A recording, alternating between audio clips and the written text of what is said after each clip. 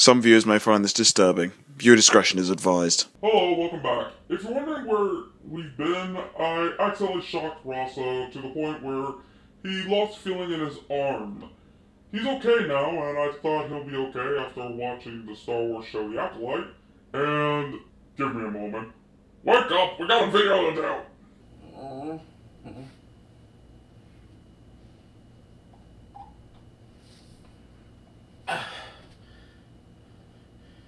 Why was my sock in my mouth?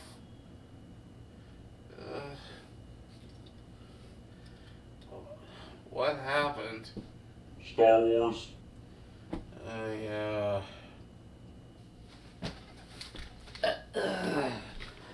Fine. Hello everyone, Rasa here, and BB's making me watch The Acolyte. I am not a Star Wars fan, as I've only saw the 6 movies. There's 9 movies. Technically there's 3 more, but I only saw the first 6. The Acolyte is a show that was released in 2024, taking place during the High Republic era of Star Wars. About 100 years before Episode 1. This was supposed to be an 8-episode murder mystery, and... Take your time, sort out your thoughts, no rush. Okay. Let's go with the first mystery. The death of Jedi Trinity. Really? There's really no point to remember these names. Most of them I can only remember would be 4 at most. They set it up like it was the whole season, with the suspect being a former Padawan turned mechanic named Osha. But they gave away the answer by the end of the episode being Osha's twin sister, May. The next mystery would be who is the stranger that is training May. It's set up like it was a mystery, but anyone with an IQ of room temperature water would have known, and when it's revealed... Oh wow, it wasn't that clever.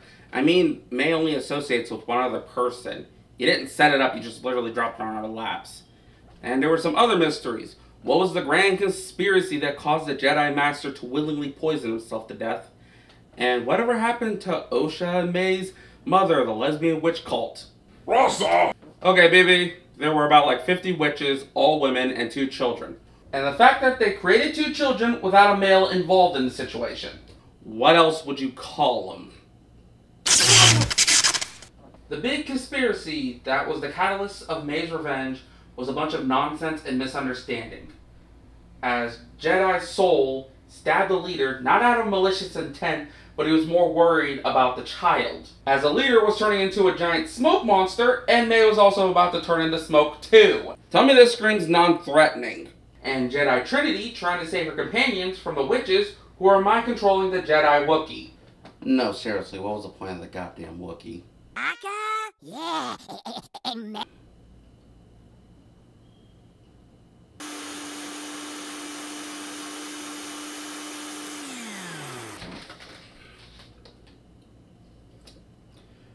Not as good as I remember. And to save him, she accidentally killed all the witches. They kept preaching about the power of one, the power of two, the power of many. And yet the power of one killed the power of many. It seemed Padawan Sleepy, all he wanted to do was just go home. He did show up, but he didn't kill anyone. He got the most damage by getting wailed on by a Wookiee. And he's the one who wanted to off himself. I mean, heck, technically they didn't even lie. May did start the fire. The Jedi were defending themselves, and at worst, they would just be punished for breaking and entering, and the accidental killing. I mean, it wouldn't even have escalated if the leader would have just ran over to her daughter instead of doing all that craziness. Did any of these writers ever did mystery stories? The showrunner also said it was like Kill Bill meets Frozen. Well, Kill Bill was a story about revenge, and The Acolyte is a story of revenge and violence, but it's poorly told.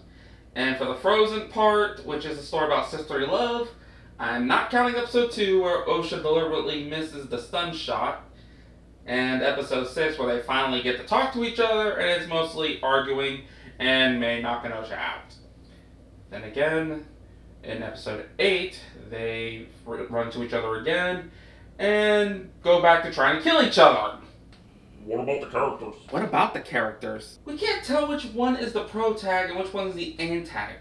Most we got is one and a half coherent characters with Soul and Quamir, which are not even the leads. With Soul, we get a character of a Jedi who made mistakes and is trying to protect Osha while at the same time dealing with the faults he made in the past, until episode 7, which ruined his character and tried to make it like he was obsessed to a creepy level of wanting to train Osha. Maybe they wanted to be like Qui-Gon and Anakin. Yes, but in the movie it actually felt like a period of time has passed. Here was just the moment he saw Osha, he immediately wanted to train her. His death was stupid. May said he killed our mom without him trying to defend himself, and Osha just force chokes him without a second thought for a way to defend himself, and he even takes the blame for all the crimes.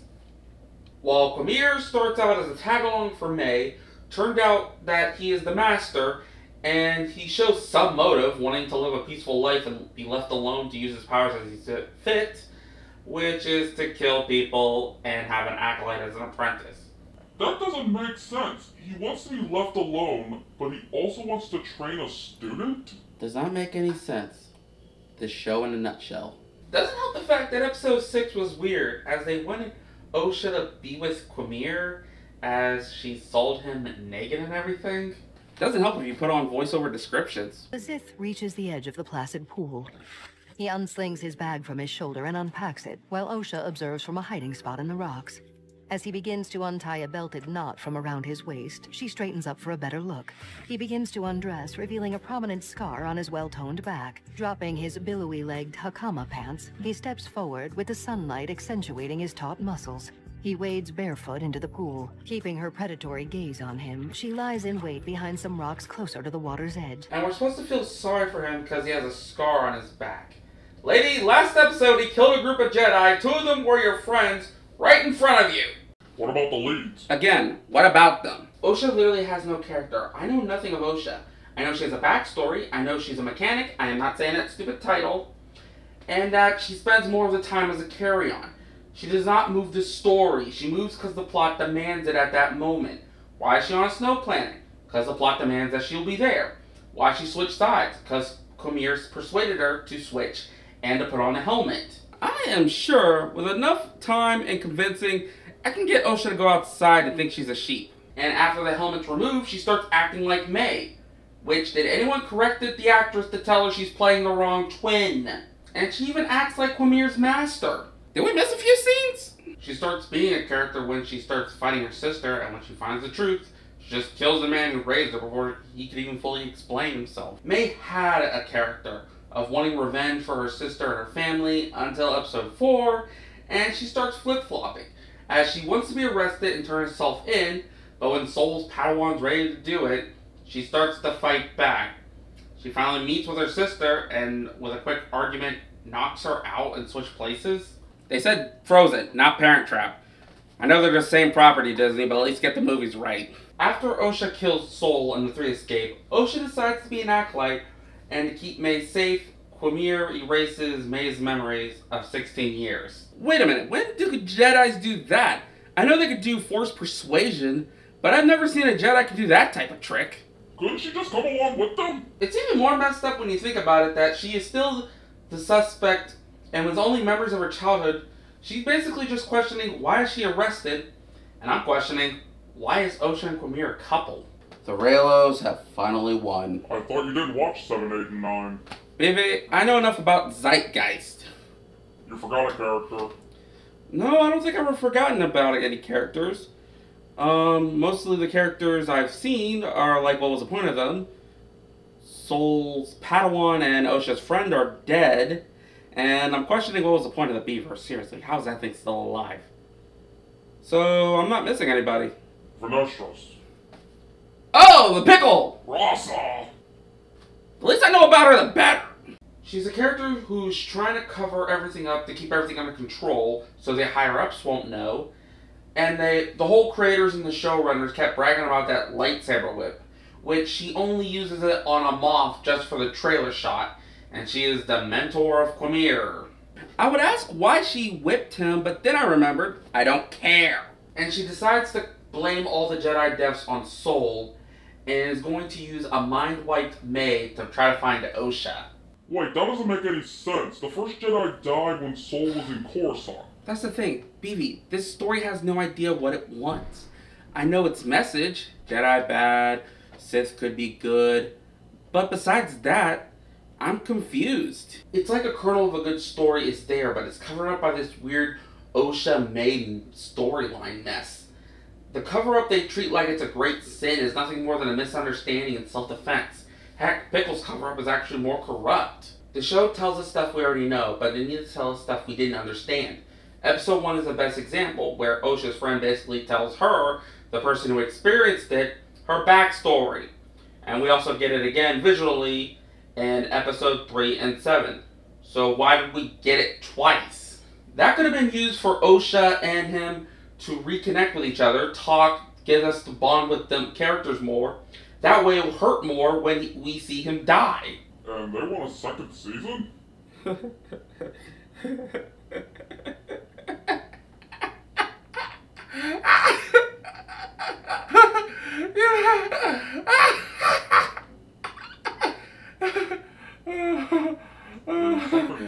Baby, this took 4 years to make, cost $180 million to produce 8 episodes, and most of it was filler.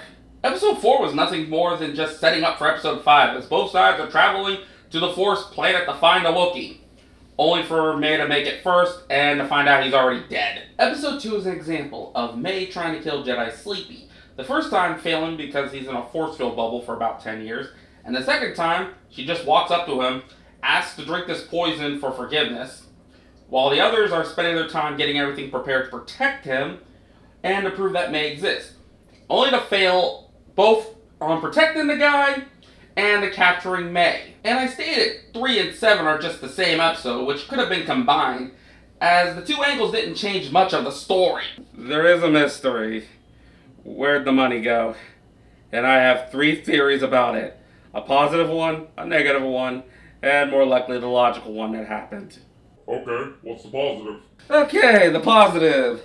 They spent it on location, costumes, and effects. Well, the costumes look lovely, though they did not know the meaning of most of the costumes. Some of them look cheap, I'm not gonna lie. Though I will admit the aliens at least look practical, so there could be some funding on that. The fact that any location that is not in a city, because I swear to God, it could all be taking place in the same goddamn city, and I would believe you, as there's environmental shots that are actually looking stunning, and it does cost a lot to do effects, I'm not gonna lie. And with how Disney's been dealing with the effects department, it would make sense they have to pay more. What's the negative? Well, most people believe money laundering. It actually kind of feels like the movie The Producers, where they got all the money and they produced the product, though it's shoddily made, like how most scams would be. And if nobody likes it, they could literally just use the usual Disney protection shields that Disney's been using for many years. But the most logical one... You said there was a third one, the Disney. Reshooting's more likely the logical answer. This was announced many years ago, and Disney has been doing a lot of massive problems with reshooting, as a lot of their live-action movies have been dealing with massive reshoot. The Marvel and the Disney remakes are the prime example of a lot of reshooting. Heck, I mean, Indiana Jones was reshot so many times, so it would make sense. They had an interview where the showrunner explained the stuff that we didn't get. She also said things are like non-canon canon. Baby, that does not make a lick of sense. How can something be canon and not canon at the same time? Non-canon canon? Fan fiction! It's a $180 million fanfic. That's why the story makes no sense. That's why Osha and May are these super powerful Jedi that are the first, before Anakin. That's why the Jedi powers make no sense, and only when the plot demands it. That's why the characters get away with stuff. And that Osha is a character with a personality of a block of wood, but get all these powers and hooks up with a hot bad boy Sith. That can't be the answer. That's the only answer that I could think of that would make sense. Who is this show for? Any normal person would be watching this confused. Hi, one of them. I had to do a lot of research to understand what the heck they were talking about most time with Star Wars lore. Star Wars fans are having aneurysms seeing how the canon's being treated. And writers who have seen shows like this getting greenlit are having seizures.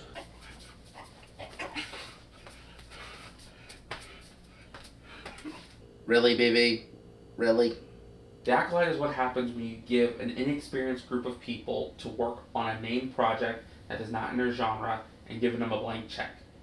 And it shows. The only people who will like it are Raylo fans and people who will love whatever Disney produces. Is it the worst Star Wars product? I don't know. I didn't see the other Star Wars work to truly judge. But I say it functions.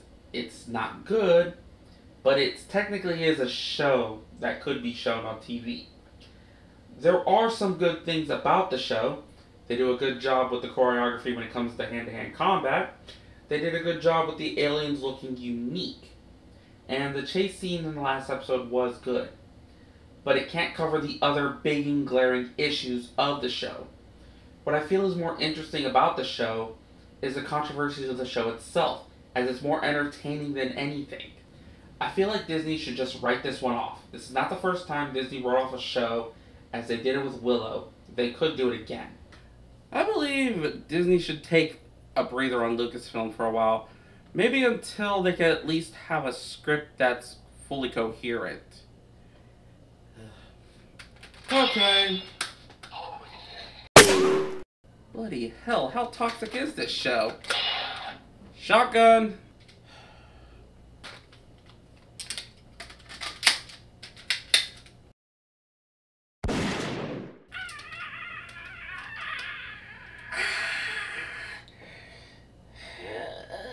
And that is why you exercise while you recover. Give me a break, BB!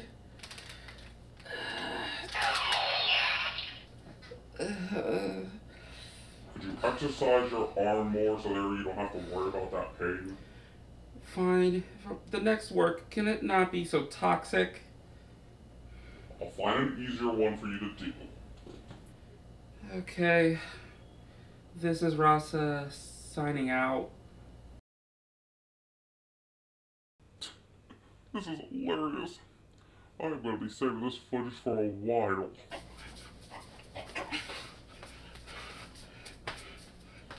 Wait a minute, what the hell is that?